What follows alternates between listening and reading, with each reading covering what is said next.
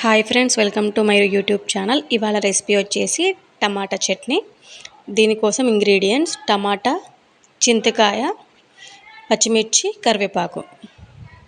ఇంకా బాంట్లో కొంచెం ఆయిల్ వేసుకొని కొన్ని పల్లీలు వేసుకొని మంచిగా రోస్ట్ చేసుకోవాలి.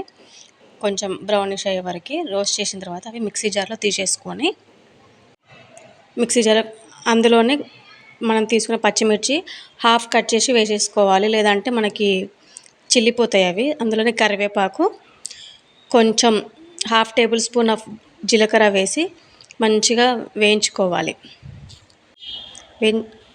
వేయించుకున్న తర్వాత అవి కూడా సపరేట్ ప్లేట్లో కొంచెం చల్లారే వరకు ఉంచాలి.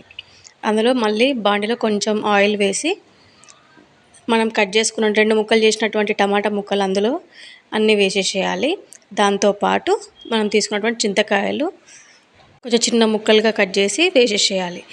అందులోనే 1 స్పూన్ కల్లుప్పు, చిటికెడంతా పసుపు వేసి కొంచెం మంచిగా కలియబెట్టి మూత పెట్టేసేయాలి.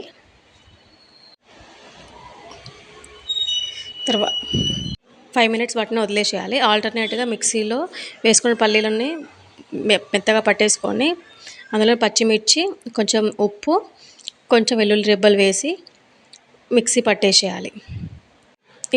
ఈలోపు మనకు టమాటాలు మంచిగా మగ్గిపోయాయి. మగ్గిపోయిన తర్వాతకి అవి కూడా చల్లారిన తర్వాత మిక్సీ పట్టేసుకొని మనం తాలింపుకి ఆయిల్ వేసుకోవాలి. ఒక 3 స్పూన్స్ ఆఫ్ ఆయిల్ వేసుకోండి, కొంచెం ఎక్కువ ఉండాలి ఆయిల్ చట్నీకి.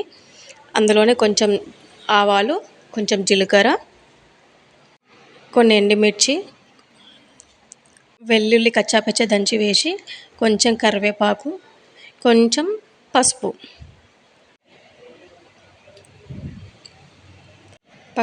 వేసిన తర్వాత మనం మిక్సీ పట్టినటువంటి చట్నీ అందులో వేసేసి మంచిగా ఆయిల్లో మగ్గనివ్వాలి. ఎంతో రుచికరమైన yummy tomato chutney, easy and simple tomato chutney ready అయిపోయింది. వేడి వేడి అన్నంలోకి సూపర్గా